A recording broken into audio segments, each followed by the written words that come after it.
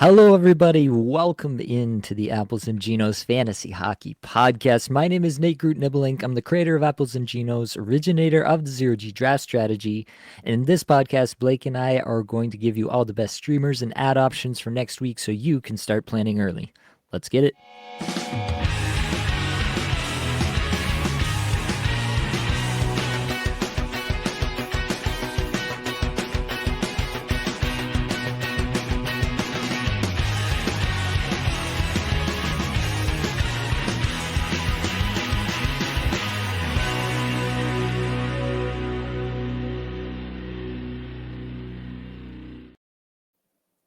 And of course, I have your friend and my best friend, the man I gifted Dylan Gunther to in the Experts League so he can make a playoff run, Blake Creamer. Blake, how are we feeling? You are such a generous person, such a kind-hearted soul, aren't you, Nate? Buddy, I feel whole again. Okay, this has been, this is the longest time apart I think we've ever had. And It's true. yeah, it's painful. It's just straight painful. I can't concentrate, with the family at work. No, nothing's going right. And now everything is calibrated. Everything's right in the world. And I feel good. So yeah, we're talking waivers with one of the worst weeks I have ever seen. My God, this is going to be painful for fantasy, but we're here and we're having a nice time, aren't we, Nate? We're having a nice time. I'm currently sitting here with my leg propped up and an ice pack on my knee, courtesy of 10:30 p.m. beer league hockey on a Friday night. But could be worse. I scored my first goal of the year, so finally broke that streak. We were saying before, like my goalless streak in this league. I am a defenseman, so there's some excuse there, but. My goalless streak in my beer league has very closely mirrored Philip Forsberg's goalless I was streak. going to say that. Yeah. Yeah, I popped the cherry in the 11th game here, and Forsberg, I believe, just hit 11 games in his goalless streak. So basically, I think we have to expect that Philip Forsberg was just waiting for me to get off the schneid, and now he's gonna do that, and he's gonna get going here. That makes sense to me. How would you, Blake? Yeah, I think there's a lot of parallels there. The only parallel I'm not getting that I think you need to rectify is your mustache. Okay. You need to start curling the sides. Okay, buddy. Yeah. For a true comparison, we need to do that. But everything else under the hood looking good, as we know. All right. And tell us about the goal. You went bar down from basically the blue line, right? You just clapped one. It was beautiful. No, it was coming out of our own end. I intercepted a pass and got it up to one of our guys kind of streaking out of the zone, and then just kind of kept with that momentum, skated past their other defender to join the 2-on-1. And the defender they had back just kind of went after our guys. So he just flipped the puck back to me, and I was like all alone from the hash marks in, went to the backhand. I honestly didn't even see it go in. Like, I think he stopped the initial shot and it like bounced in off my shin pad afterwards or something ridiculous like that. But yeah, then immediately after, I don't even know what I tripped on, but I ended up with like both feet pointed in opposite directions and went into the end boards knee first. So, yeah, now I got an ice pack to show for it, taking some Advil and trying to forget the pain. But anyway, that's enough Nate Newsies. We should get into some NHL Newsies. Blake, take it away. No, I'll take it away, buddy. But yeah, I want to circle back to get that Nate Newsies. All right. That's really what's filling me up. All right. I need that. All right. We're talking about Newsies. Let's get to biz. All right. Anthony Duclair of the New York Islanders. He's been activated at a long-term IR, buddy. That's excellent news. All right. And he could play Saturday against the Toronto Maple Leafs. Looks like he's lining up right now with grumpiest man on earth, Brock Nelson, and Kyle Palmieri, that drywall smasher, that monster energy chugging brute. Yeah. So that's a nice spot for him at even strength. I think he's going to get power play too right off the bat. That's the way he was lining up there, just according to the practice. But I mean, did you see that quote from Patrick Waugh where he's like, I should have worked on the power play and the penalty earlier on in the season. It's like, yeah, you think like, yeah, this is hockey. What are you doing? It's not all goaltending, my man. I don't know. I'm yammering on. He can't hear. He's got his 2 Stanley Cup rings plugged in his ears. Anyway, let's move on. Good reference. Yeah, thank you. Were you even around for that, Nate? I mean, I wasn't around, but like that's pretty iconic. I feel like most fans of hockey have heard that line at one point or another. All right. Well, all right. You're off the hook this time. But yeah, Anthony Duclair, get him back in your lineup. I think he's it's going to be a net positive for the team. Obviously, like he's an amazing rusher, very efficient shooter as well. So, and it sounds like they're going to have Matt Barzal at center. That's what Patrick Roy was saying. So we'll see. Although he's not playing with Barzal, but whatever. I'm digressing. Anyways, getting back in your lineup. Let's move on to Buffalo. The 12-game winless streak. Buffalo Sabres. Sheesh. That's rough times. I did not see that coming this year. But we're talking Rasmus Dahlin. He was back here on Friday night. He had a monster game too. Dear God. I mean, I was just digging in on his metrics here. 27 and a half minutes, 5 shots, 11 Corsi for, 6 scoring chances for. That's what he was able to do tonight. Donuts in terms of actual production. But this guy's a beauty. I think that obviously, this is a big reason why Buffalo has been tanking a little bit here and putting up some stinky games. So yeah, Dahlin's back, getting back in your lineup. I think the Sabres are not as bad as they're showing right now. They're due for some luck. And they had a couple goals called back tonight as well, which is just cruel for this team. So yeah, Dahlin is back. That's nice. Let's head over to Minnesota. Joel Eriksson Ek is coming close to return. He didn't play on Friday, but it could be in the next couple games here for Jeek to make his return. So that's a really good thing for the Minnesota Wild. What do you think that's going to do to Marco Rossi's value? Do you think he's going to stay on that line with Cap and the Zucchini Man, or does he get bumped down to second line and second power play there? Yeah, it'll be interesting to see for sure. I think there's a good chance they stays on that line and they put Jeek with Boldy and try to give a boost to the second line because Boldy's been a little cold since Zuccarello's been back. So I think that's probably the most likely way they go, but I do think that Rossi is the most likely candidate to get bumped off the top power play, unless they try some sort of 5-forward thing. So yeah, definitely a slight downgrade for Rossi here when G comes back, but I still think if he's got any exposure to Cap, like you're going to keep playing him, right? Yep, absolutely. Missed opportunity for you. Boldy is coldy. All right, you could have said that, Nate. For next time, you can use that, but it's copyrighted on my end. Anyways, sticking with Minnesota, Philip Gustafsson, the Gus Bus. He didn't play tonight, which is Friday. He's not going to play tomorrow. Jesper Wallstedt is in for that game. He's already confirmed. So yeah, they're sitting him for this back-to-back just to give him some extra time to heal. But it sounded like that's kind of an abundance of caution there, and they just have a chance to get him some rest, so they're going to do that. So yeah, I think he'll be back in potentially next week. What the hell does Minnesota play? Yeah, maybe look for him to return on Monday. I don't know. You got to check Yahoo and see what's going on there. But yeah, I think he's close to coming back.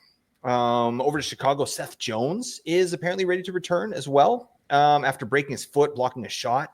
So that's a nice piece. What do you think is going to happen with the power play there with Alex Vlasic, the pickle? He's manning the power play one there. Obviously, we've got a new coach in Chicago, and I read something from Seth Jones. It was really cool, actually. He's been attending team meetings and has been around the team ever since the coaching change, just so he can kind of hit the ground running a little bit. So I don't know. This is a guy who's obviously he's got a great peripheral floor for fantasy. So if you're in a bangers league, he's going to give you lots. But I mean, what kind of offense can we expect from Jones here? Yeah, that's a tough one to unpack too. Vlasic has been very good, kind of surprisingly so, in that power play one role there. I still think Vlasic will get a ton of minutes when Jones comes back, but I do think that Jones is probably still a better offensive player, maybe a little bit better equipped on the top power play. I think Vlasic has run just kind of a little bit hot in that regard, and maybe the truth of the matter is that he's just run hot and he's more likely to regress than to maintain at that level. That being said, they could slow play it with Jones coming back, try to take away a few of his minutes and let Vlasic do his thing, as he has been doing very successfully so far. But my baseline anticipation is that at some point Seth Jones probably gets back on the top power play. Yep. No, I'd have to agree with that. It's a nice piece though. Seth Jones coming back. That Chicago has a great playoff schedule. Like they're a team that, you're going to want a piece of. So hopefully, you were able to stash Seth Jones if you had him there on the IR. Over to Washington, Alex Ovechkin. Ovi, he's not going to play before the Christmas break. All right, but he could make his return shortly after that. So that's great news. I want to see this record get broken. I don't even care about my preseason takes here with Ovi. And to be honest, he overachieved massively. It was massive efficiency. All the things I talked about in the offseason, I think, were still there. He was just massively lucky. And He's very motivated, and his teammates were looking for him, and it was really working. So I think he has a really good chance to do that. That all said, what do you think the power play looks like when Ovechkin comes back? Because we've got Jacob Chikrin on there with the 2 defensemen set up. We've also got Connor McMichael out there. Who do you think gets the axe on that top power play when Ovi comes back? I think it's most likely Chikrin, right? It just makes the most sense. It's the way they were running before. Yeah, I think it makes the most sense. McMichael would be the most likely second player to go if they do decide to keep Chikrin up on top power play. But my expectation is that it'll be Chikrin bumped back to power play 2. Just put PLD on power play 1 and be done with it, folks. What are we doing here? He's playing pretty well, actually. I saw some random tweet from a Washington beat writer that's like, what an excellent shift in the defensive zone by Pierre-Luc Dubois. I'm like, all right, yeah, he's really cooking now. But he's actually been a nice little piece there. He's still going to hit my 60 points. That's a guarantee. Book it, right, Nate? We'll see. There's a lot of season that left. wasn't a hard no. I'm taking that. All right. So, yeah, he usually rebuffs me pretty damn quick, folks. So there we go. And he didn't give me a fair enough, so I'm happy with that. All right. Matt Murray got a surprise start here on Friday. Just wanted to get your thoughts real quick on that, Nate, just in terms of the goalie situation there in Toronto. Yeah, I think it's my expectation is that Joseph Wall is going to get a little bit of run here, like 2 out of every 3, or at least like a 55-60% start share. Nice story. Matt Murray has dealt with a ton of crazy injuries, and good to have him back in the league. And I mean, it was Buffalo, so take it with a grain of salt, I guess. But yeah, it was good to get him a W in his first game back. So that was nice to see. But my expectation is that Matt Murray will be nothing more than a spot start. There you go.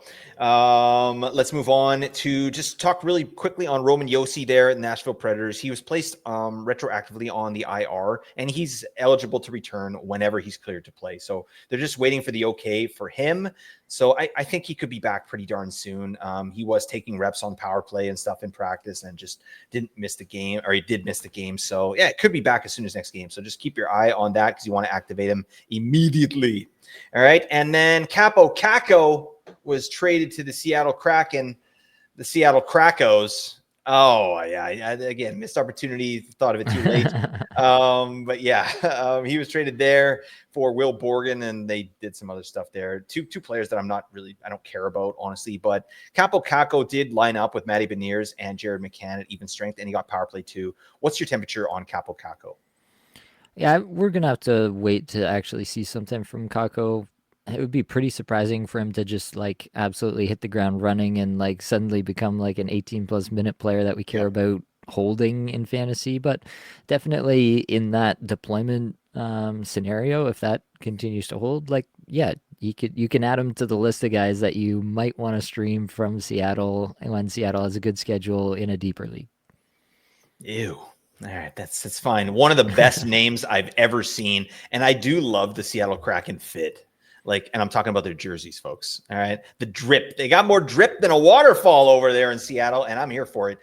All right, buddy, that is the news. We got to get into this schedule here. This schedule is pretty darn mean. It's very hurtful. It hurt our feelings, and we need to attack it. Let's get into it, Nate. What do you got for Week 12? Let's attack that schedule. It's, as you mentioned, pretty rough. We have 41 total games played. It is a light week, but it's going to feel like a heavy week because of all the days where there are no hockey games being played. So Tuesday, Wednesday, Thursday, around Christmas, we have no games played. Monday, we get 13 games as everybody rushes to get their last game in before the season goes on hiatus for those 3 days. But then we come back on Friday, and we have 8 games. Then Saturday we have 11, and on Sunday we have 9. So really, like, I mean, there are 7 teams with a Sunday Monday back-to-back here this weekend, but again, the Monday is 13 games played. You're probably not going to be able to use anybody. If they're a streamer level, they're not going to be in your lineup here on the Monday. Super heavy slate there. There are no teams, obviously, with a lot of off nights this week.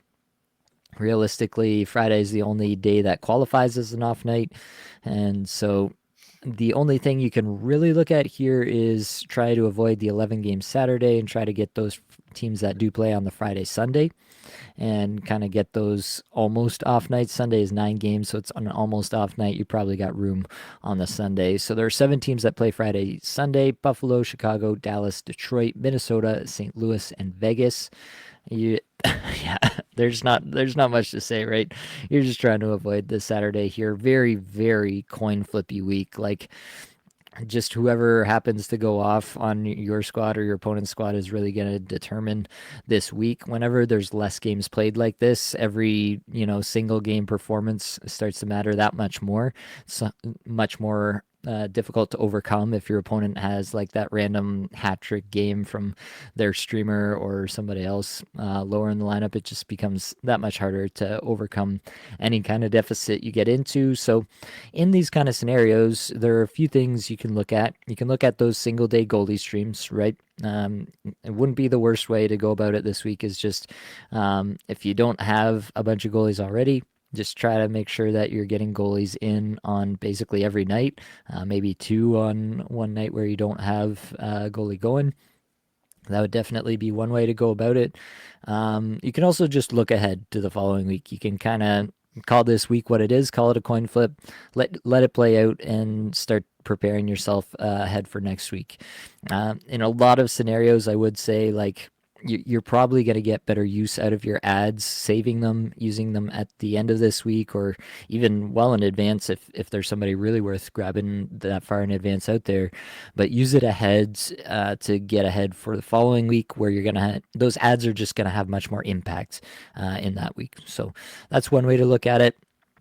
And then also, yeah, if you're a team that, maybe you're struggling with injury, you've got like 6 guys that are basically streamer level on your squad, then this is a good week to go hunting for a guy that you might be able to hang on to for some period of time. If there's somebody out there who got dropped, put in that waiver claim this week, use that ad on that. Yeah, look for those potential holds and try to get things going for your squad, get a restart with this week, let it be the coin flip that it is, and yeah, build for the future a little bit. Anything to add there, Blake? No, I really like that. Like, that's such interesting advice. Like, look ahead to the following week, because yeah, you're not going to get an advantage by streaming this week. It's just like, let it happen. And yeah, look ahead. I actually really like that strategy. I mean, unless for some reason you're way down in games played, but I just don't see how that could happen in this type of week.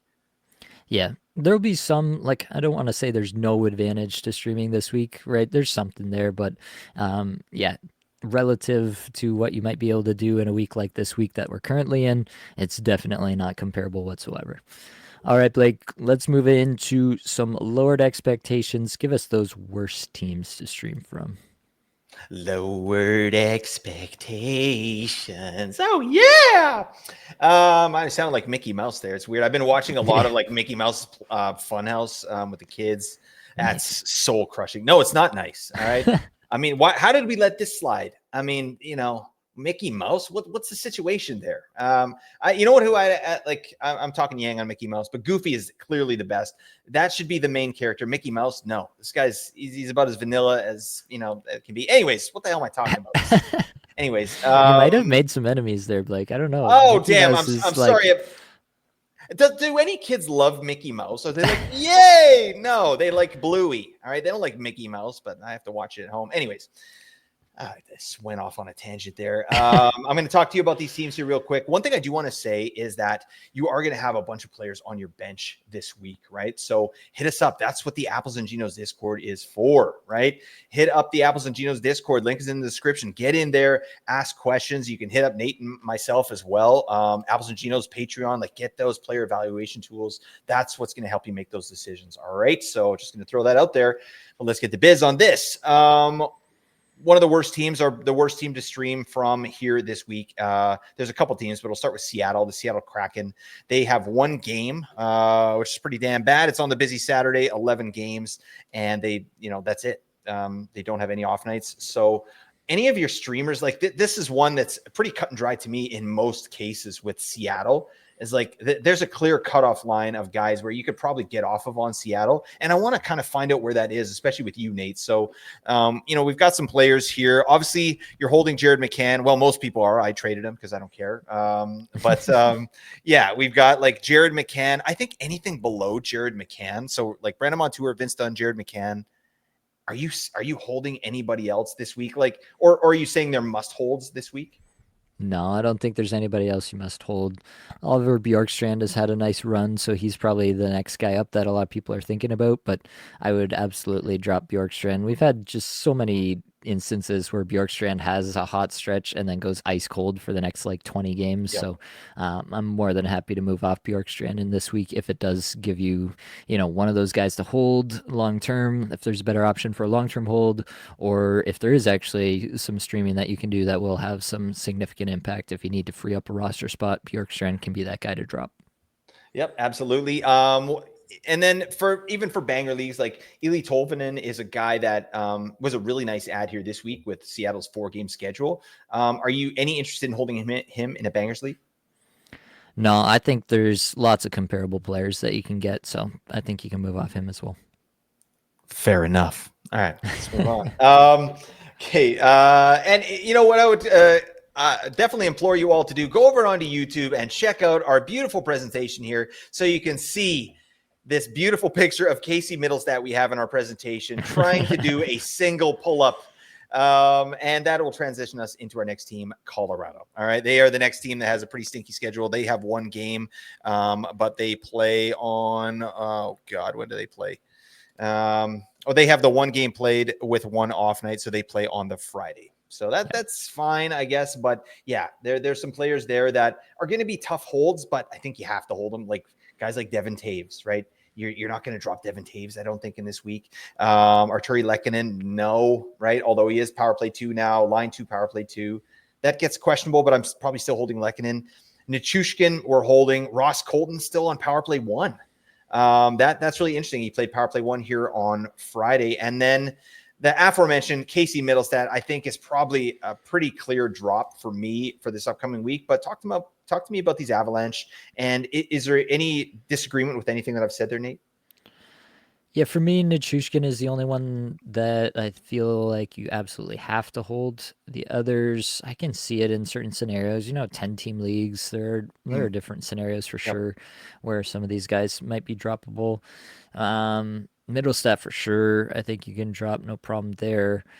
Lehkonen and Colton are both guys that when they're getting the deployment are going to be super valuable, and when they're not are probably not going to be valuable. And so you just kind of have to do that calculation for yourself on how valuable they actually are in your league, in your lineup, and whether getting that streamer or whatever is going to be worth it to you. In a normal week where, like if this was a one game played in a normal week where you could actually stream someone for like 4 games versus this one game, like it'd be a no-brainer. You drop these guys, right? But in a week like this, where it's actually not hurting you that much to hang on to them, you're probably better off hanging on to most of these guys. Middlestat's probably the exception.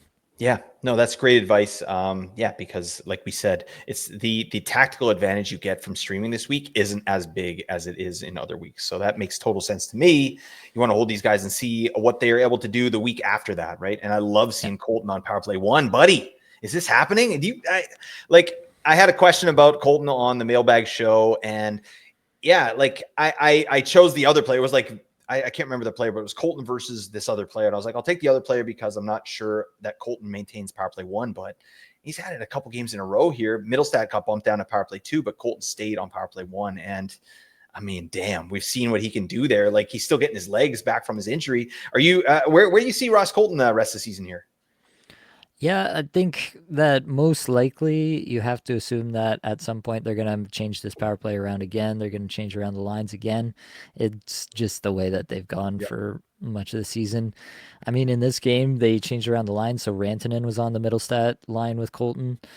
So that's obviously good for Colton at even strength. Didn't translate to anything in this game, but yeah, it's a good spot for Colton at this exact moment. But Colorado is pretty notorious for moving things around with the top power play in the top 6. Yep. For sure. It's still nice though, isn't it? Damn. Okay, let's move on to the next couple teams here. There are 5, 6, 7, 8, 9. Yeah, there's 8 teams with 2 games and 0 off nights, and they are the Calgary Flames, Edmonton Oilers, Florida Panthers, LA Kings, New York Rangers, Ottawa, Vancouver, and Winnipeg Jets. Those are the teams. They're playing 2 games this week with 0 off nights. So let's start in Calgary here. And again, with this week, we're basically looking for the drop cutoff line, right? So I'll mention some players here to you, Nate, and you tell me kind of where that line is, all right? We got Rasmus Anderson. We got Nazem Kadri, who I talked about in the mailbag show there, who I called a buy low, Blake Coleman, and Jonathan Huberdeau. How are you feeling about these players here moving forward? And you know what? Throw Martin Pospisil in there. You're holding Martin Pospisil, right, Nate? Come on. No, definitely feel okay Oh, moving off of damn it. Pospisil. Um, Honestly, any of these guys, I wouldn't feel terrible about moving off of. Kadri's definitely the highest out of this group for me by a fair bit. But yeah, I also think that, again, it's a scenario where you're probably not getting that much of an advantage out of dropping them. Calgary plays Saturday, Sunday. On the Sunday, they're almost certainly going to get in your lineup on that 9 game played slate. So yeah, it's almost a 2 games played, one off night situation. Mhm. Are you really getting that much better if you get somebody in on the Friday instead of the Sunday? How much better is that streamer than what you're going to get out of 1 game of Kadri or 1 game of Huberto or something like that? Yep. Yeah, the argument is there. I think that Kadri's the one I'd be trying to hang on to the hardest. But Anderson, Coleman, Huberto, I think all these guys in most of your leagues, you can probably move on from and not feel it if you need that spot. Yeah, fair enough. That makes sense to me. It's a weird waiver show, isn't it? Because it's like, yeah, we're all about getting that advantage, and it's just not there. So, all right, well, let's move on to Edmonton here. Looking at a couple defensemen there. Matthias Ekholm, who, he's only on a 36-point pace. I'm a little bit surprised by that. Like, this is a guy that's, really good under the hood, and definitely a player that is very valuable in real life. For fantasy, the production isn't always there, but I'm a big fan of Matthias Ekholm.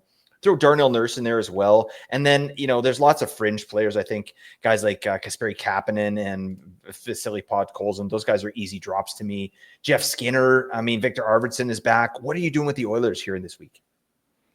Yeah, I think you can drop a lot of players. You can probably drop Nurse. He's fallen off the cliff a little bit here as of late. Ekholm went through a really tough stretch, but is now in the last 5 games starting to turn things back around. He's got 3 points in his last 5. I think the IPP is low on the season, 29%. I think he'll be better. So I do want to hang on to Ekholm if at all possible. Yep, makes sense to me. Edmonton's never a team that we're really looking to stream. So moving on to Florida, they play again 2 games, 0 off nights, and we're just talking about some players here and what our thoughts are for this upcoming week. But we've got Aaron Ekblad on the list. To me, that's a no-brainer hold. This guy is playing pretty damn well as of late. 5 points in his last 5. He looks good out there. This is the Ekblad we wanted 2 years ago. All right, this is the guy that was popping off. So I'm happy that he's succeeding a little bit there. So to me, Ekblad is a clear hold. No question I'm holding him. Anton Lundell, Evan Rodriguez, those are the streamers for this team here. Talk to me about the Panthers. Like Lundell with Barkov's, he's back and healthy and played amazing. I don't know if you watched the shift that he had in overtime prior to the goal that he scored. Like this guy is on another planet, man. He's one of the best puck protection guys out there. In my opinion. So, he's made of glass. There's no question there. Anton Lundell is his baby Barkov, right? And you got Evan Rodriguez there. Are you interested in these players rest of season as holds, or are you getting off them first chance you get? Yeah, I think you hold on to Ekblad just given the recent stretch of play here, but everybody else in Florida you can absolutely drop with no regrets. Get the hell. What about Uvis Balinskis? Are you interested in that man? He got his first goal ever tonight. Let's shout out that man. Yeah, we can give him a shout out. Sweet. And I know then he's a we big listener can to the move show. on. Okay. So, All right. yeah. Right. Shout out to Uvis. He's a good friend of mine. All right. Don't worry about Nate. Yeah, you got to he'll warm up to you. Don't worry, Uvis. All right, let's move on. LA Kings. We're looking at again a bunch of streamer level players. One player I want to get your take on here. Is his current iteration, Brant Clark. That's a guy that went through a really nice stretch early on in the season. He's cooled off pretty significantly. Only 2 points in his last 5. Still on a 46-point pace, but yeah, where are you at with Brant Clark right now? Because his ice time is concerning. And, we got Drew Doughty. Obviously, he's back in the new year here. But what's your sort of Brant Clark, Drew Doughty take moving forward? Yeah, it's a spot where probably he's just not quite ready for all the rigors of playing defense at the NHL level, and so they're decreasing his ice time. He still is on the top power play as of right now, and he's gotten some points that way. But yeah, if you're playing these low of minutes, like in the last game, it was 16:04, 15:14, 12:57. Yeah, Ugly. that's obviously not going to be good enough to sustain fantasy production in the long term. So, yeah, you can definitely drop Brent Clark, in my opinion. He's not much more than a streamer at this level of usage, and even that is pretty tenuous given the tenuous hold on the top power play. They went with a 5 forward power play for a decent stretch of time, went back to this. Yeah, you have the looming specter of Doughty coming back at some point, and yeah, we've talked about it before. Drew Doughty has his own gravity in that locker room for sure, and wouldn't be shocking. I don't know if I'd consider it the favorite at this point that Doughty goes straight back on power play one as soon as he's back, but it's at least something that you gotta be aware of. Yeah, absolutely. I mean, Brant Clark, these are Tony D'Angelo numbers, all right? Tony D, how you do, buddy? What's going on? Yeah, you don't want to be compared to Tony D'Angelo, Brant Clark, all right? Let's move on. Let's do something else. We got to talk about some other streamers here on LA. Alex Laferriere, who's getting top 6 minutes, power play 2. Trevor Moore's same type of thing. Quentin Byfield. Of those 3 players, who are you most likely to hold during this week? Yeah, it's probably LaFerriere, 33rd in individual scoring chances, 4 per 60 over the last 5 games here. So that's interesting to me. Byfield's been getting the most minutes, but LaFerriere is starting to creep up under the hood again. And obviously had that hot stretch at the beginning of the season where everybody was super into it. So, yeah, probably LaFerriere is the one I'd be trying to hold the most, but I would also not feel too bad about dropping any of these guys. Yep. I mean, unfortunately, all could be dropped. Brant Clark is a weird one, though. I would love to hold on, but these minutes, this is not something that I'm interested in moving forward with at this point. So, anyways, let's move on to the next team here, New York Rangers. And we got some bits and pieces here. This team finally pulled out a victory here on Friday. Yeah, some turmoil in the dressing room. I read a report about Chris Drury's GM antics, kind of, gaslighting players and pissing them off. I hate this crap. It's like, you got a team, like the vibe of the team is your job as a GM. And then that goes down to the coach. And yeah, it looks like they've kind of fallen off a cliff here in New York. So I hate that.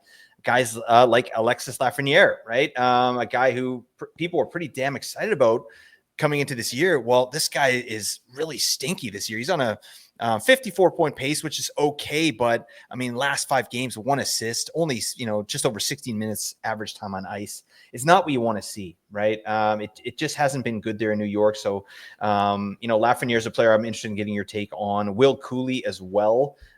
This is a guy who's sort of, he's almost been playing a little bit better, at least for fantasy, than Alexis Lafreniere at times. He's on a 61-point pace. So where are you at with those 2 players? And even some of the higher ups, would you, I mean, not for this week, but talk to me about a guy like Chris Kreider. Like, is that a guy who at some point you're just like, you know what, get the hell off my team? Or where are you at with some of these bigger guys? Zibanejad too. Yeah, I don't think I'm there yet on either of those guys. Definitely, they've been disappointing, but I think Ryder in particular is probably more of a buy low than he is a drop. Zibanejad, I've said a lot of times I'm not super interested in that player. So far, he's not really done anything to disavow me of that opinion about his Yep. play.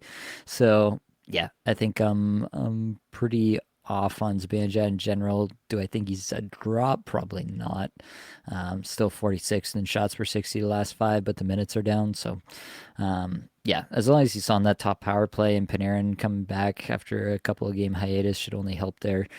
Yeah, I don't think either of those guys are drops. Kreider, I would actually probably send an offer for.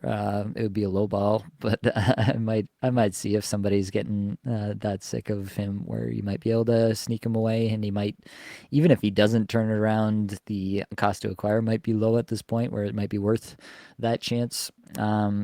Lafreniere is an interesting one. 290th shot, individual scoring chances, 4 per 60 over the last five. That is not going to cut it.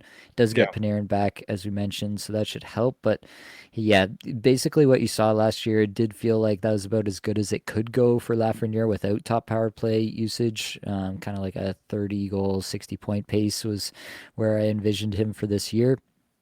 And yeah, he's not that far off that despite this cold stretch as of late. So I think that that's probably the best expectation moving forward. But if everybody on New York is going to underperform a little bit more this year, then you might even take a little bit off that. And now all of a sudden, Lafreniere is looking a lot more like a fringe roster player than a core piece of your roster. So it's something I'm monitoring. I don't know if this Yeah. is the week where I'm necessarily cutting Lafreniere. In a 10-team league, yeah, definitely. I think you can see that. But in a 12-team league, I might want to hang on one more week through this kind of weird week and just see where we land after that. After hopefully some of the dust settles in New York there. Will Cooley, I think, is a guy that you can hang on to in a Bangers Cats, but everywhere else, he's definitely a drop. Yeah, I like that on Lafreniere. That's actually probably a guy you want to maybe target this week, right? If someone's dropped him, like he got dropped in 2 leagues that I'm in, so I picked him up. I'm just like, well, he shouldn't be on the waiver wire, so I got to have this guy on my team. But yeah, it hasn't been amazing. But yeah, looking forward to the future. I think that's a good situation. New York, concrete jungle, wet dream, tomato. Right? You ever seen that Hawk Tua girl? That's what she thought the lyrics were. You know what I'm talking about? There's like I some don't. podcast she was on. You know who this person is? I know who she is. Yeah. Yeah. That's what she thought the song said. Concrete Ah, jungle, wet dream tomato. She's a real sharp cookie there. And Guggen and I talked about this on our pod. We lost a lot of money on that Hawk Tua coin. Were you in on this? no, I was Damn it. not. I mean, I got some bad advice and just basically sunk my savings in there. So, thanks a lot, Hawk Tua girl. All right. I don't know your first name, but, also, yeah, maybe give that song another listen. I think you're a little bit off on the lyrics. Let's move on. All right. Talking about the Ottawa Senators here. All right. Again, looking at some of their fringy players, right?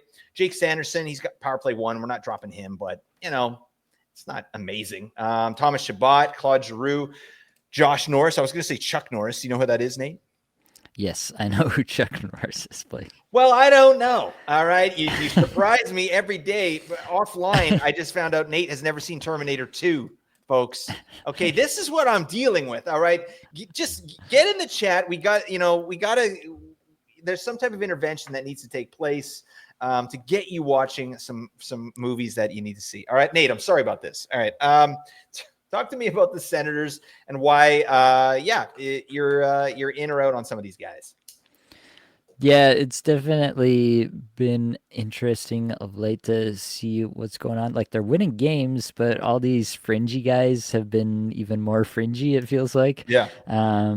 Yeah, Sanderson's got 3 assists his last five, which is okay, but he's on a 43-point pace on the season, which is not really okay because he's not like a big time peripherals guy either. So he's been honestly below replacement defenseman level in a lot of leagues. Yep. So yeah, I don't think you have to hang on to Jake Sanderson. What I'd like to in this week, yes.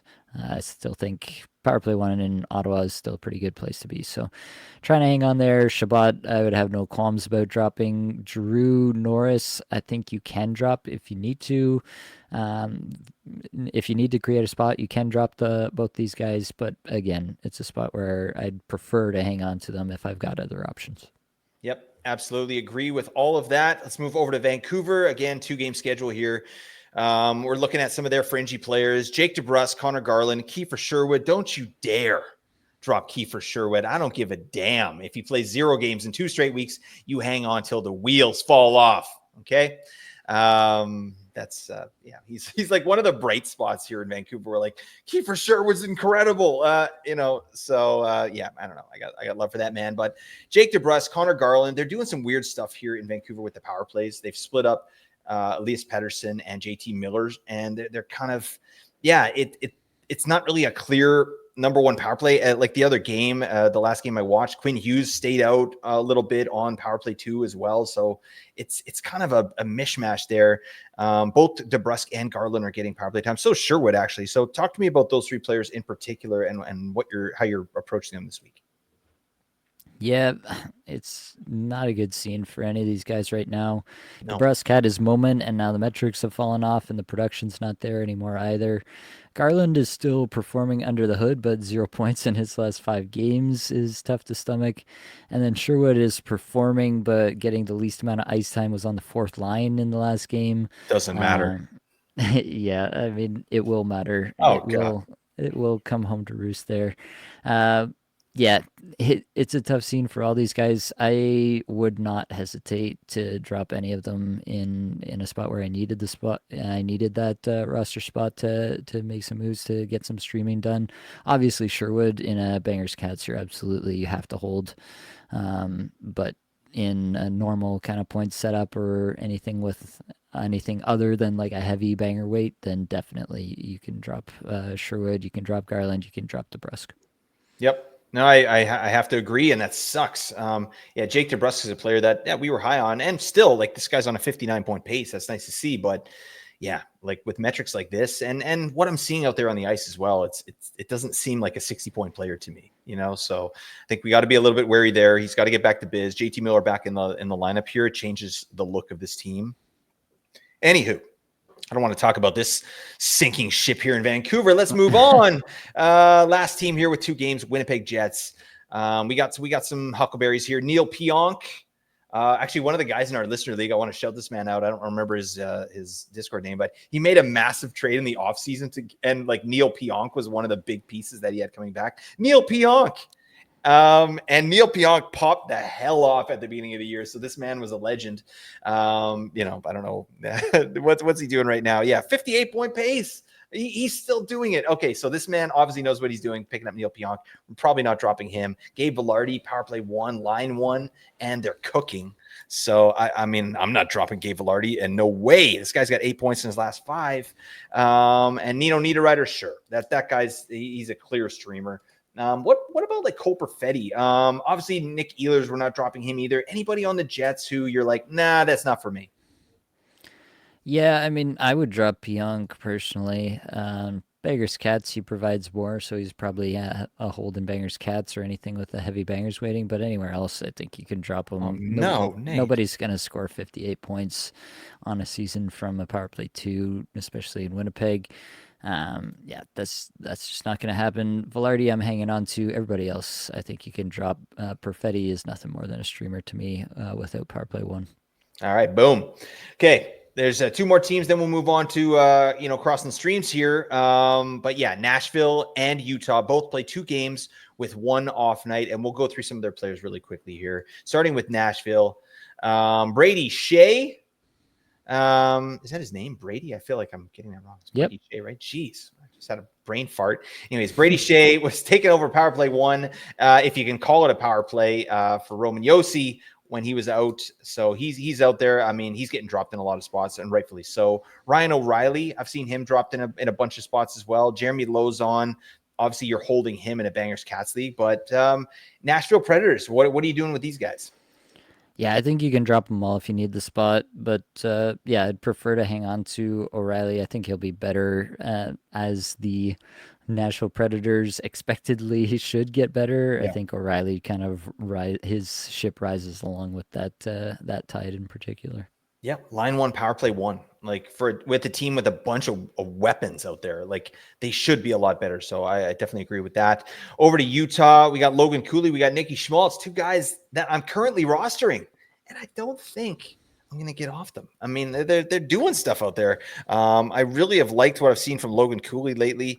Nick Schmaltz, these guys they're doing stuff, and I don't know. It's going to be tough. I like this Utah team this year. Where is that cutoff line for you in Utah? Yeah, I'd like to hang on to both. Both are performing at the moment. Cooley's got 7 assists his last five. Both are getting, 18 and a half plus minutes a night. Those are good numbers. Underlying metrics are pretty atrocious for both of these guys Oh, the damn. last little bit. But yeah, the production's still there. The deployment's still there. We've seen the underlying numbers be better in the past from both these guys. Nick Schmaltz in particular is kind of having a better season than we've seen him have in quite some Yeah. time in the underlying numbers. So yeah, I think both of these guys I would like to hang on to because I do think the potential there is pretty high still. Yeah, and Nick Schmaltz, like his shooting percentage, way down. This is a guy that's usually pretty darn efficient. So there's probably more in the tank for Nicky Schmaltz. I like that player. So anyway, so yeah, let's move on. That's it. We got to talk about crossing the streams. We got to talk about the best teams to stream. Nate, are you ready to get the biz? I'm ready. Oh yeah, buddy. You know what? I do. I'll keep the crossing the streams anecdote short and sweet tonight here because there's just so many to choose from, right? So I can do that.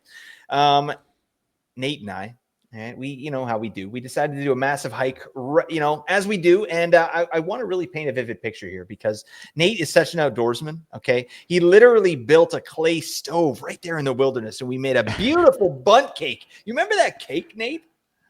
Yes. Oh God, it was delicious. I mean, I don't know where we got the recipe from, but that's fine.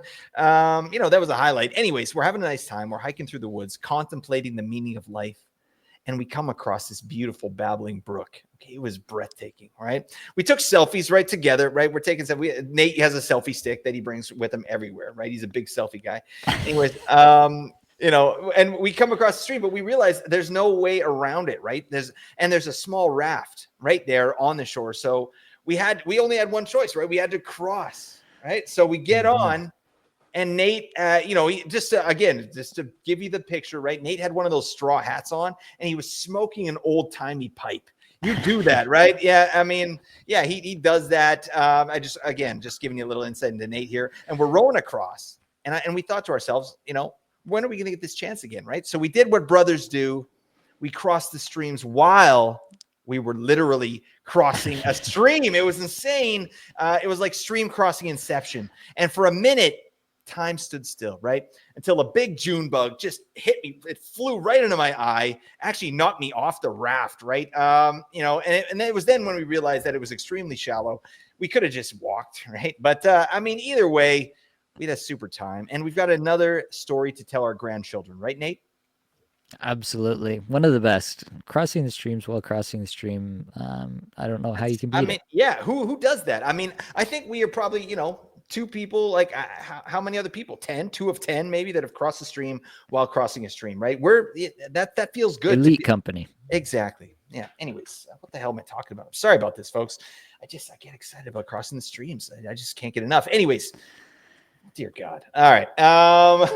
Again, we're looking at we've talked about the schedule to death here. So 7 teams have 3 games with 1 off night. That's the best we can do this week. That stinks, right? Some of these include that Sunday 9-game slate, which you can get players in on as well. So those teams are Buffalo, Chicago, Dallas, Detroit, Minnesota, St. Louis, and the Vegas Golden Knights.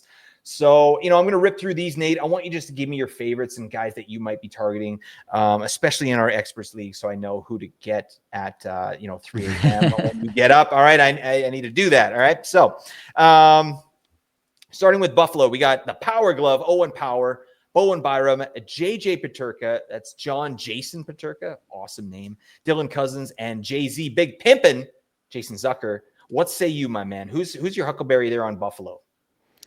Yeah, I think Paterka is the most interesting for sure there. Yeah, they're doing weird stuff with power plays, but he was on the Thompson unit mostly, I think. It was a weird game for Buffalo yet again. Yeah, has actually found some decent chemistry with Cousins and Quinn. I think Paterka himself is actually not playing terribly. So yeah, that's the best endorsement I can give. He does have 6 points in his last 5 games. I know it doesn't feel like it, but he's been doing stuff. So yeah, there is that there for JJ Paterka. Definitely, if you need some points scored, Paterka is your best bet. Power Byram, if you need a defenseman, both of them hold some interest for me. Both of them are going to play some power play time. Both of them are going to play a ton at even strength as well. Power might take a bit of a hit here with Darlene coming back versus what he had been doing. That being said, it didn't seem to affect him in this game here tonight. Goal and assists, and I think he had another goal that was called off. But Byram is the Darlene partner on the top pair right now, so a little bit more ice time perhaps for Byram moving forward than Power. Cousins, Zucker, I think they're just kind of shots that you can take that could get hot for a week and could be something. Yeah, Cousins is an interesting one. I mean, he had such promise when he signed this big deal that he had, and obviously the Sabres are coming off that big year, and he just has not been able to come even close to replicating that. So that's a guy that might need to change the scenery. His name's come up in trade talks as well. So someone to keep an eye on. But yeah, Owen Power, how good has this guy been? Like, I mean, like you said, had a great game here tonight with Darlene in the lineup, getting to biz. So Owen Power to me is a guy that's probably it's a guy you should probably be rostering, even on this bad Buffalo team. I think, he's going to provide you some value. So I like that. And then Peterka, like you said. All right, let's move over to Chicago. We got the Pickle, Alex Vlasic, Toivo Teravainen, Tyler Bertuzzi, Taylor Hall, and Ryan Donato.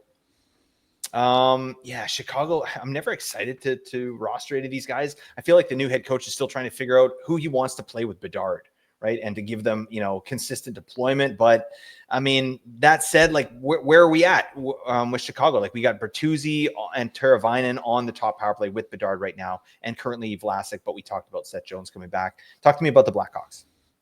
Yeah, really, it's just Teravainen and Bertuzzi at the moment. And yeah, similarly, I'm not excited. Teravainen's hot at the moment. He's got a goal, 8 points in his last five. Bertuzzi's got a couple goals, 3 points in his last five. Yeah, that's about as good as it gets. It's not exciting, but you can do that. Obviously, Vlasic, pretty good if you need a defenseman right now, at least until Seth Jones is back. Yep, absolutely. Let's move on to Dallas. Man, their power play stinks there in Dallas. I hate this. All right, they wet our whistle with some amazing offensive performances, and then they just stink this year. And you know what? Duchesne fallen off a cliff. All right, I do want to shout that out, even though I love Matt Duchesne now. He's a good friend of mine. Anyways, Jamie Benn is a player we should talk about. He's 52% rostered. He is on power play 1, quote unquote. Logan Stankoven put some stank on it, and Evgeny Dadonov. If you were to pick up a Dallas player, who are you looking at there? Yeah, I think you probably still go with Jamie Benn, but yeah, none of these are inspiring confidence right now. Stankoven, like, he's been good, I guess, under the hood. 88th individual scoring chances, 4 per 60, almost 17 minutes. The production has really fallen off. He was definitely overperforming earlier, and now the regression has hit. And with young players, sometimes when the regression hits in a bad way, it can go to their legs a little bit. They can get a little bit a little bit in their own heads, right? Sometimes, and that appears to be what's happening to Logan Stankoven at the moment. So, yeah, I don't think you're excited about anything in Dallas right now, but I think you just go with Jamie Benn for the deployment on the top power play unit right now. He does have 4 assists his last 5, so that's probably the route I'm looking at the moment. Yeah, absolutely. I want to just get your quick thoughts on Mason Marchment as well. What do you think of that player? Because he's been cold as well, and like, he's available in some leagues, right? Obviously, he's had a great start to the season, but as of late, hasn't really been putting up the numbers that get us excited about a player. So, are you interested in hanging on to Mason Marchment or trying to pick him up here for Dallas? Yeah, I think you can pick him up, but definitely he seems to be the single player who's feeling the absence of Tyler Seguin the most. Um, he also was just like massively due for a ton of regression himself, so it's definitely just hitting for him. 33rd in shots per 60 last 5 games, so he's still putting the puck on the net. But yeah, he was due for some regression. It's coming through for him at the moment. I think, like, your best case scenario without Sagan, if the minutes stay in this range, probably like a 55, 60 point pace for Mason Marchment. So depending on your league, that may or may not be worth hanging on to. Yep, absolutely. Let's move over to Detroit here. Patrick Kane, who has dropped in a lot of spots. Both Nate and I were like, what? What are you doing? And I was able to pick him up and kick cupful, and I feel really good about that. But if he's out there, I think he's a player you probably need to add right now. This goes into that bucket of yeah, guys that can help you moving forward, right? So Patrick Kane, Michael Rasmussen, JT Compher. I mean, I'm not interested in Rasmussen or Compher, even though Rasmussen did put some points on the board here on Friday night. Like, are you interested in any of those fringe players on Detroit? Yeah, I mean, in a deeper league, you can look at some of the fringier guys. Rasmussen was on the line with Dylan Larkin when I put that in. That's since been changed, and now it's Vladimir Tarasenko. So it's basically just whoever's getting some Larkin exposure that you can look at in deeper leagues. But yeah, nice to see Patrick Kane starting to turn things around. We'll note he's not on the Raymond Larkin power play unit. They have been going like a lot more split as of late with their power plays. Kane and DeBrincat on, I guess, what you would call the quote unquote second power play unit at the moment. But yeah, hasn't seemed to bother Kane too much. He's got 4 points in his last 3 games here. And the underlying metrics are starting to come up. It looks like he did need that time off for the injury that he had, and he appears to be back. So definitely excited about Patrick Kane if you can grab him. Yeah, fair enough. I actually meant that fair enough. That wasn't a dig fair enough. That was like an actual fair enough. Okay, let's move on to the Minnesota Wild, and we're looking at Marco Rossi, Jared Spurgeon. Oh, God, it's everywhere. Get a Kleenex. Marcus Foligno for Bangers Leagues, and Ryan Hartman. Those are the players that you're looking at in Minnesota. Obviously, Rossi to me with Jeek out has been a must-add player, and he's been doing stuff, right? Not going off, but definitely getting much more offensive opportunity. So, talk to me about the Minnesota Wild and your thoughts there. Yeah, Spurgeon's still on the top power play. Hasn't been able to get anything done as of late, but as long as he's there, he's worth looking at in a week like this. Marco Rossi, again, mentioned it before, but as long as he's attached to Kaprizov, I want a piece of that. I want a piece of that. Oh my God, I'm going to clip that and just play it for myself later on. When I'm feeling lonely. That's odd. All right, let's agree on that. Doesn't make any sense. Let's move forward to St. Louis. I just realized, folks, if you're looking at the YouTube, I got a picture of Sean Monahan up here, but he's not even in the thing. Obviously, we're looking at teams that have 3 games with one off night, but include the Sunday night game slate. So Jimmy Crack Corn and I don't care. Sean Monahan's a good-looking man. Anyways, let's move on. St. Louis Blues. Jake Neighbors is out there, but he wasn't able to finish the game tonight. I should mention that as well with Jake Neighbors. Dylan Holloway is a player of interest for me, so I'd love to get your thoughts there, Nate. Braden Shen, Justin Falk. What say you? Yeah, it's a little rough to go through these St. Louis guys right now. Yeah. Nobody's really producing. Nobody has like standout numbers under the hood. Dylan Holloway, after being hot, talked about him on the show, was really liking the underlying metrics. Now it's all fallen off a cliff. Interestingly, he has actually gotten some better deployment. In the last game, he was playing with Jordan Kyrou and Braden Shen. Right. Great place to be, but nothing coming through for him. And Jake Neighbors has overall just been a disappointment for me this year. I thought that he could maybe take another step this year, and it really hasn't come through. So, that being said, Jake Neighbors pretty valuable in a Bangers League. Braden Shen as well. So you can look at those guys in those scenarios. Justin Falk just continues to be the most snake bitten player in the entire league, apparently. Still on power play 1 at the moment. So yeah, you can try to stream him, but yeah, it seems like he will never score again. I do like St. Louis better with the new coach. They seem it's not like such a write off. You know what I mean? When you're like, oh, they're playing St. Louis, they're about to get, this team's about to get pumped. Like you feel like they're in these games. They're shoring things up defensively. And obviously that can happen when you have an elite coach, as they do. So, anyways, let's move on. Last team here, Vegas Golden Knights. I want to quickly talk on Noah Hannafin. He's 60% rostered, but he's being dropped in a lot of spots, and it makes sense, right? He's a player that we could be picking up here if he's out there. William Karlsson, Victor Olofsson, who's getting power play 1, but not very much even strength deployment. And then Pavel Dorofeyev is getting power play 2, but a lot more deployment and better metrics. So, and then I'll throw Keegan Kolesar in there as well for Bangers Leagues. Who is really tickling your fancy there in Vegas?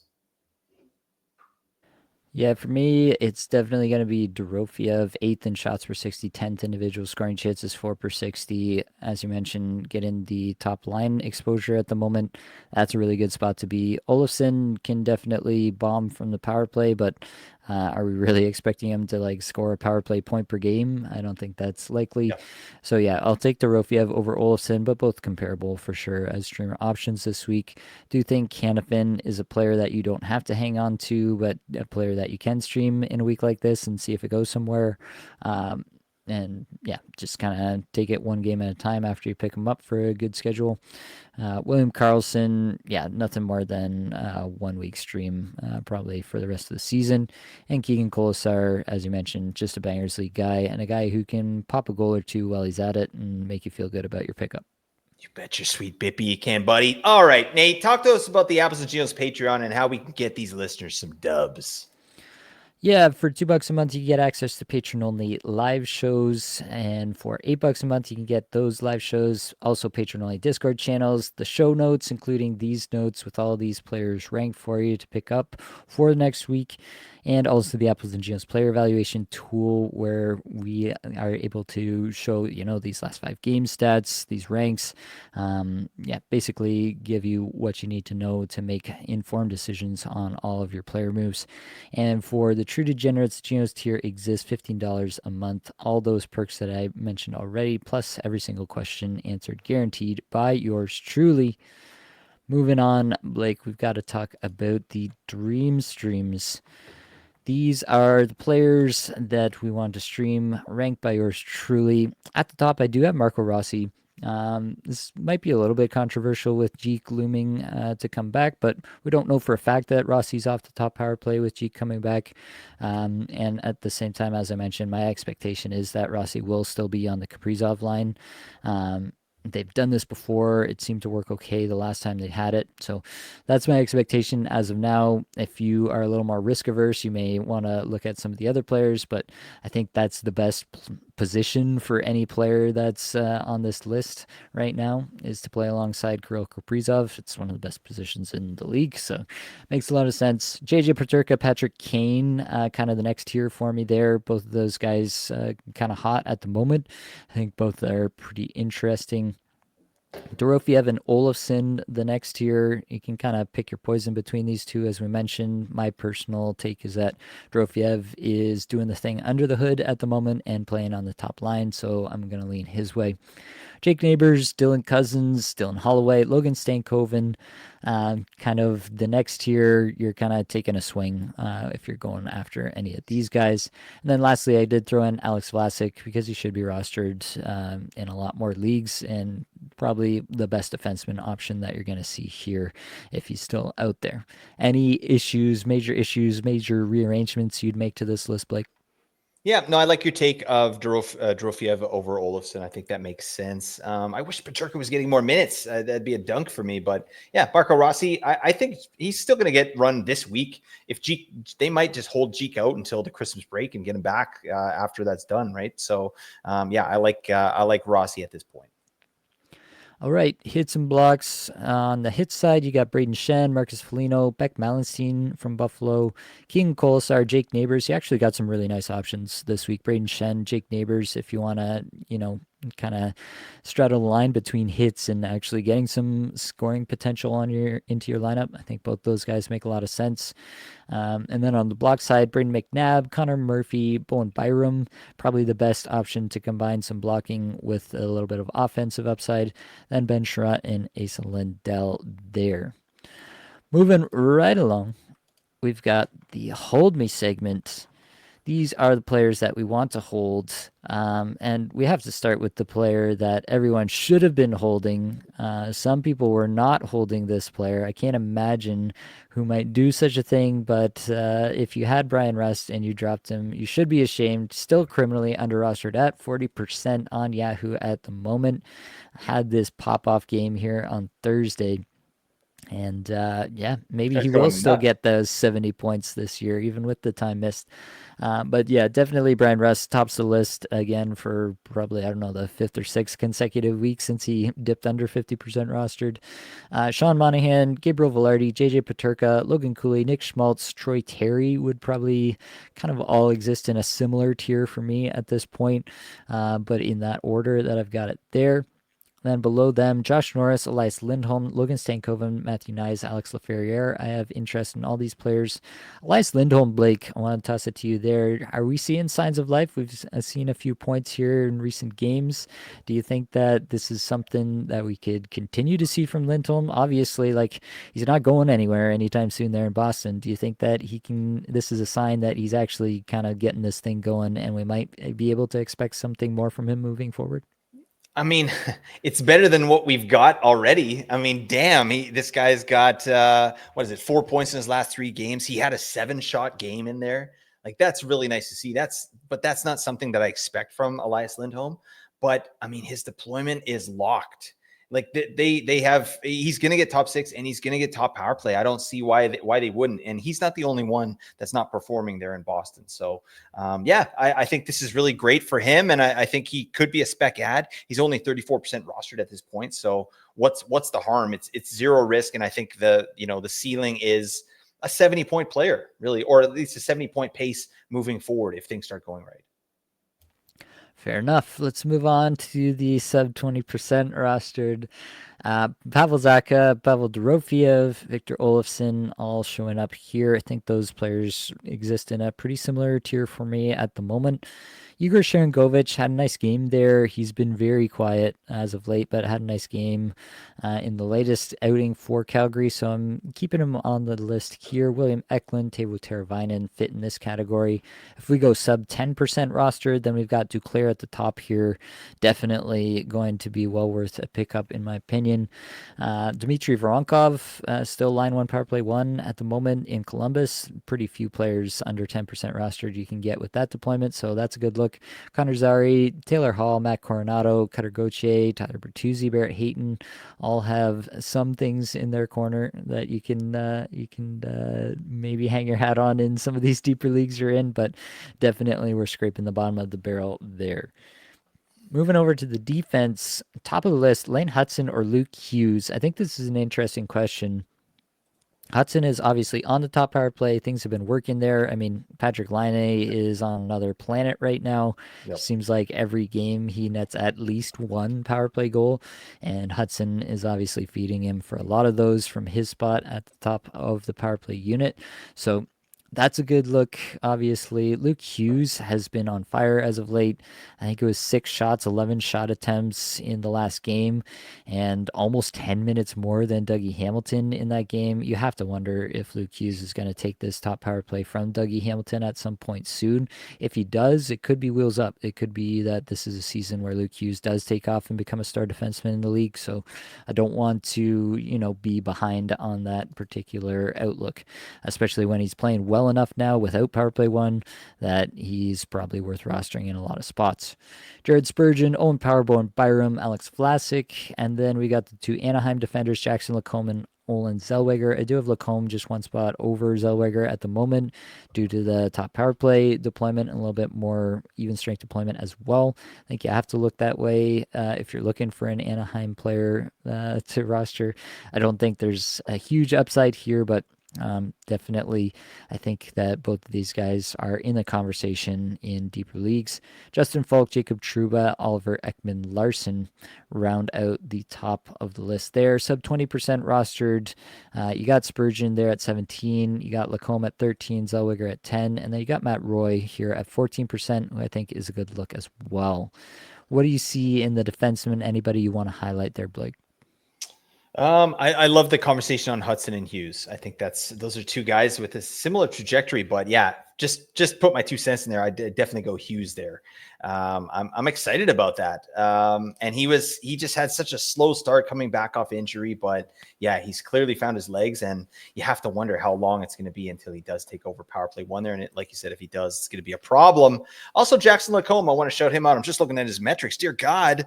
I mean, it's only a 4-game sample, but sheesh, pretty darn nice. I mean, he's 3rd overall amongst defensemen in scoring chances for. So that's a nice place to be. If he can hold on to power play 1, he's definitely going to return, a hell of a lot more on that investment for you. All right. And lastly, the goaltenders. Top of the list has to be Vejmelka and Mrazek at the moment. Yeah, I don't know what you can really say, but both of these guys seem to be performing pretty well this year.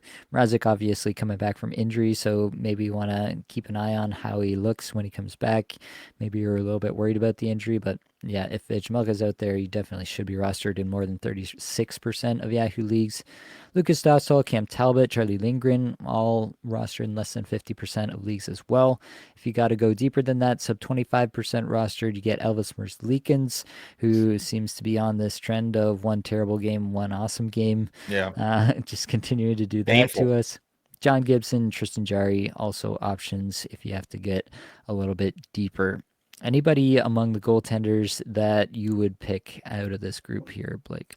It's tough. I mean, Carol, vegetable lasagna for sure. Carol Vomelka, I think, is the cream of the crop for me. I think that guy's an ad right now, just the way he's playing. But everybody else is kind of it's all up in the air. Like their positions aren't exactly secure. So I love this game Charlie Lindgren just had, but he's in a timeshare with Logan Thompson, so that kind of stinks and it's going to sap his value. So Vomelka, get him in your life ASAP. All right. Talking about the head-to-head streamer deathmatch. Blake's got Quentin Byfield, 8.75 points. I've got Casey Middlestat, just 5 points so far. Yeah, I found out literally the day after we made these picks that Middlestat was off the top power play, so there goes that most likely. But Byfield lucking into an empty netter was also It's not a the best dagger, scenario for just me. a dagger right to the middle of the net. No problem. Yeah, and this is 3 games played for Middlestat and only 2 for Byfield as well. So, yeah, hoping for one massive game for Middlestat to close out the week, but not holding my breath, unfortunately. If you made it this far, you should definitely join the Discord community. 1,500 plus managers, all talking fantasy hockey all the time in there. Like, rate, review, subscribe, comment really does help us out, but that is going to be all that we've got for this episode. Hopefully, it brought you some value, helped you get a little bit better at fantasy hockey today.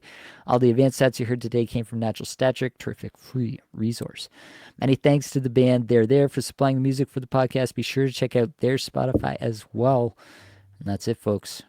Much love.